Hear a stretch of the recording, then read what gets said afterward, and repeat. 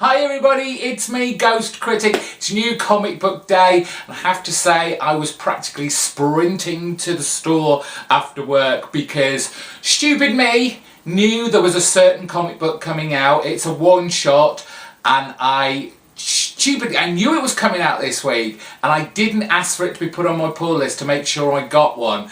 So I was dashing to the comic book store to make sure they still had a copy left. Fortunately, for those people who had the fade out on their pull list, he'd already put one aside for us. It's a little clue to what it is. I'm going to show that. I'm going to show you it right at the end, so you have to wait. But there was a nice tidy set of comics to pick up that I'm looking forward to reading. If you saw my Monday video regarding giving up comics, so to speak, you'll have heard that all about all my long boxes and having room to store them all. Well, guess what I had to buy this week? Yes, another box to put more comics in. God knows where I'm going to put that. And along with it, there was bags and there was more boards to keep my comics as pristine as possible.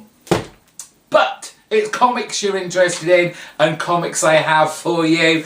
This week from Marvel, Thor Annual #1. This is all new tales.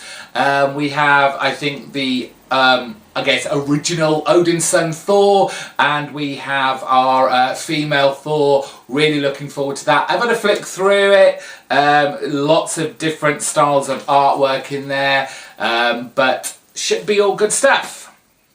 DC's comics this week, Batman Eternal, issue 47, and by the looks of that cover, Hush has escaped, and Alfred doesn't look in a very good position there. How has he escaped? We will hopefully find out in that issue. Number 39 of Batman, Scott Snyder and Greg Capullo's run. They're currently doing their Endgame storyline, which has had me somewhat confused. There is some crazy great ideas in here, but lots of concentration required. Really looking forward to the other side of the Bat universe. We have Gotham by Midnight, Jim Corrigan leading a kind of supernatural CSI type team, I would guess, but I'm loving the artwork by Ben Temple-Smith on this. We all know he's not going to last very long because he never does on mainstream comics. Last from DC, issue 39 of Justice League Dark, another issue that we now know is going to be cancelled once the divergence, convergence, whatever that big event that's coming takes place. Afterwards it's no more. It could be that it's being called something else, but as it stands, Justice League Dark will soon be finishing.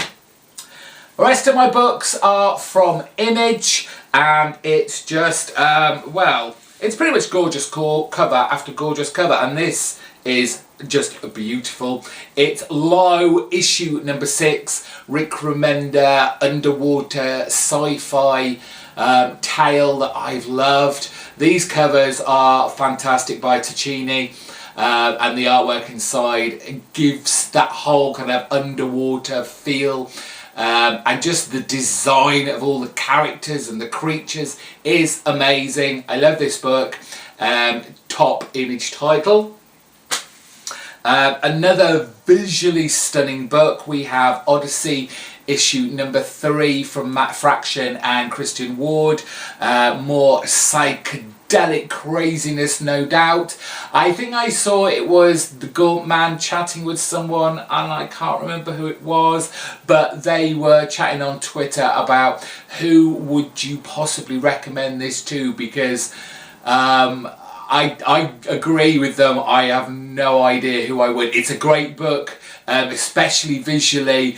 It's just this gorgeous, technical, psychedelic art. I just don't know who I would say, yes, go pick this up to. Give it a shot if you like your crazy artwork. I've not yet had a chance to talk about this book. They're Not Like Us, from Eric Stevenson, Simon Gain, and colours by the ubiquitous Geordie Belair. She is doing some wonderful colouring work. When issue 1 came out, it came out, I think it was Christmas week, and I wasn't doing reviews. I was taking a week off, so I didn't get to talk about it then. When it came out last month, my comic book guy screwed up with my order, and so I didn't get issue 2. I am waiting for them to do a second print on this so I can get issue 2. But here we have issue 3. Should I read this before waiting for issue 2 and read that first? I don't know, but I really want to talk about this because the first issue alone had me hooked. I loved it. Now finally, that book I was hoping they had, you have probably worked out what it is. It's Ed Brubaker, Sean Phillips in this gorgeous magazine style savage sort of criminal. This is a new tale by Brubaker and Sean Phillips, involved in the whole criminal run. And it is criminal of me that I haven't actually read any, have I? Now I come to think of it. I think I've read the first, no, yes. I've read Coward, the first volume of Criminal, and I'm looking for it because they're expensive in trade, I have to say. I'm looking for them cheap second-hand, which is where I found the first one. But loved it. And will be looking for more, but I had to have this. I flicked through this as well. There's lots of, it's not just Brubaker and it's not just Sean Phillips doing the artwork. There is a number of other artists on here, and it just looks fantastic. I hope anyone who's into Criminal, who loves the work of Brubaker and Sean Phillips, have managed to get themselves a copy of it as well. I believe there is a normal comic book size version of this. And he had plenty of those on the shelves, and he had obviously hidden these under the counter for the more discerning readers, so to speak. And that was my comics this week. I hope you've made it to your comic book store or are currently on their way, and you pick up all the comic books that you really want to read. If this is your first time here, those titles I'm going to be reading over the next couple of days, and I will have a video up on Friday giving my thoughts and opinions on what was actually inside them.